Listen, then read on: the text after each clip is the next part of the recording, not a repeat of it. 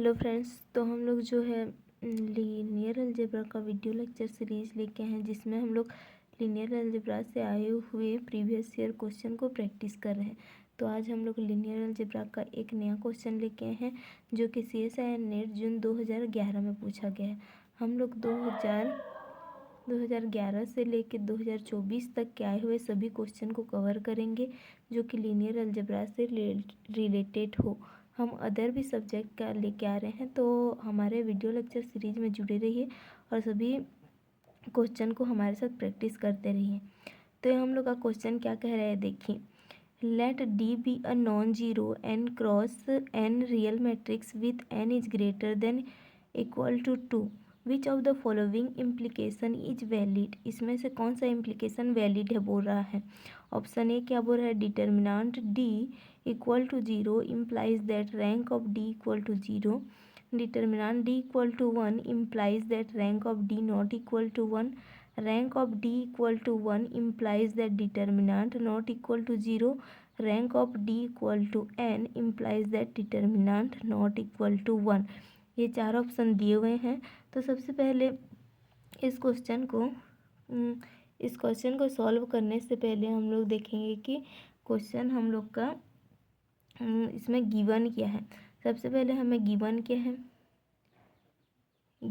है, डी हम लोग का नॉन जीरो मैट्रिक्स है। डी क्या हम लोग का नॉन जीरो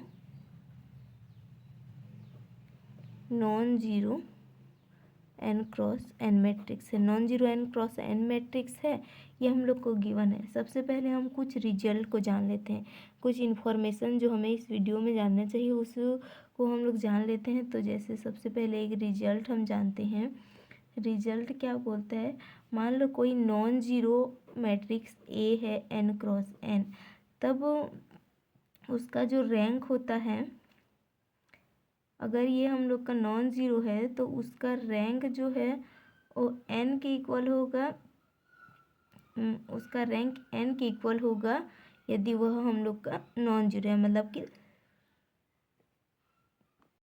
मतलब हमारा रिजल्ट क्या कहता है कि कोई मैट्रिक्स n क्रॉस n का है और वह हम लोग का उसका डिटर्मिनेंट नॉट इक्वल टू 0 है, तो उसका रैंक हम लोग का n होता है। उसका रैंक जो है n होता है, कभी भी उसका रैंक 0 नहीं होता है। यदि नॉन जीरो मैट्रिक्स है तो उसका डिटर्मिनेंट जो होगा वो n होगा, कभी भी उसका रैंक 0 नहीं होता है। और सेकेंड क्या बोल रहा है, if A is a non zero matrix their rank is not equal to 0।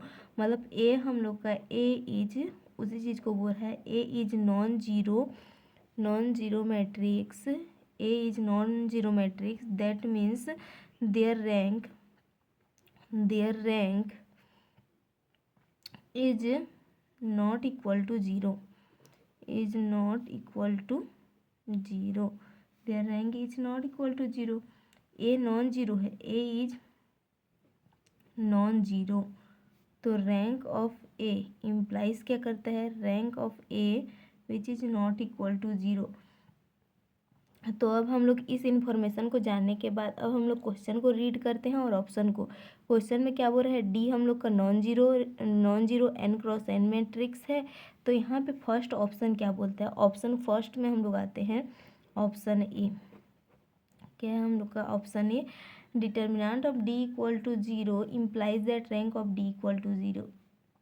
Rank of d equal to 0 not possible because d is non-zero matrix. हम लोग का ऑप्शन ए क्या बोलता है, rank of D equal to 0 not possible because D is non zero matrix. जिसका भी matrix non zero matrix होता है उसका रैंक कभी भी 0 पॉसिबल नहीं होता। तो ये पॉसिबल नहीं है क्योंकि हम लोग का डी नॉन जीरो मैट्रिक्स है। इसको हम लोग एक एग्जांपल से भी समझ सकते हैं। डी इक्वल टू हम लोगों ने ले लिया 1 1 0 0, तो इसका जब हम लोग डिटर्मिनेंट डी निकालेंगे तो ये होगा 0, डिटर्मिनेंट 0 आ जाएगा। लेकिन इसका रैंक क्या है, rank of D equal to क्या है, 1 है। रैंक इसका 1 है जबकि इसका डिटर्मिनेंट 0 हो रहा है। तो ऑप्शन ए यहाँ से हम लोग का क्या हो गया, रॉन्ग हो गया। इसी तरह हम लोग ऑप्शन ऑप्शन सी के लिए भी सेम एग्जाम्पल होगा। ऑप्शन सी, हम लोग ऑप्शन सी में भी देखते हैं। ऑप्शन सी क्या कहा गया है, देखिए ऑप्शन सी में बोल रहा है rank of D equal to 1 implies that determinant not equal to 0। Rank of D implies that determinant not equal to 0। तो हम यही सेम एग्जांपल यहाँ पे हम लोगों को ने जो एग्जांपल लिया है, इसे सेम एग्जांपल से हम लोग ऑप्शन डी को भी कैंसिल कर सकते हैं, क्योंकि इसका रैंक ऑफ डी क्या है, रैंक ऑफ डी हम लोग का 1 है, और ये इम्प्लाई नहीं करता है कि इसका डिटर्मिनेंट 0 हो बोल रहा है। Determinant D not equal to 0 imply नहीं करता है, ऑप्शन डी बोल रहा है, लेकिन यहाँ पर तो इस मैट्रिक्स का डिटर्मिनेंट हम लोग का 0 मिल रहा है, तो हम लोग का ऑप्शन डी भी कैंसिल हो गया। अतः हम लोग क्वेश्चन का जो है ऑप्शन ए और ऑप्शन हम लोग का ऑप्शन ए और ऑप्शन सी कैंसिल हो गया। ऑप्शन ए और ऑप्शन सी कैंसिल हो गया। अब हम लोग के पास बचा है ऑप्शन बी और ऑप्शन डी। अब हम लोग ऑप्शन डी को चेक करते हैं। ऑप्शन डी क्या बोल, अब हम ऑप्शन डी की हो जाते हैं। अब हम क्या करते हैं, ऑप्शन डी क्या बोल रहा है हम लोग का, rank n implies that determinant not equal to 1। तो हम लोग कोई ऐसा मैट्रिक्स लेते हैं जिसका रैंक n हो, जैसे कि 1 1 1 इस तरह से रहेगा, और यहाँ पर 0 रहेगा, मतलब कि ये हम लोग का अपर ट्रायंगुलर मैट्रिक्स ले रहे हैं, तो इसका रैंक क्या हो जाएगा, रैंक ऑफ ए, कोई ए मैट्रिक्स है तो rank of A equal to n।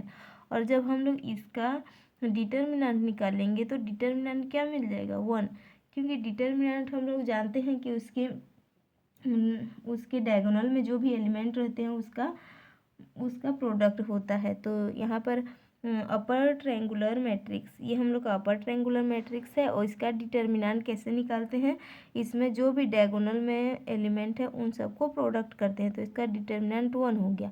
तो ऑप्शन डी में क्या बोल रहा है, किसी भी मैट्रिक्स का रैंक अगर n हुआ तो इम्प्लाइज नहीं करता है कि उसका डिटर्मिनेंट नॉट इक्वल टू 1 हो, लेकिन हम लोगों ने इस एग्जाम्पल में प्रूव कर दिया कि इसका डिटर्मिनेंट 1 है, तो ऑप्शन डी भी हम लोग का रॉन्ग हो गया। अब हम लोग चेक करने जाएंगे ऑप्शन बी को।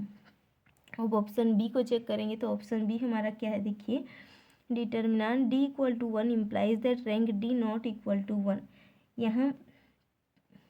यहाँ 2 से बड़ा मैट्रिक्स लेके चलना है हमें, क्योंकि n इज ग्रेटर देन 2 बोल रहा है, 2 से बड़ा मैट्रिक्स लेना है, तो डिटर्मिनेंट इक्वल टू 1 है, तो उसका rank D not equal to 1 होगा, उसका रैंक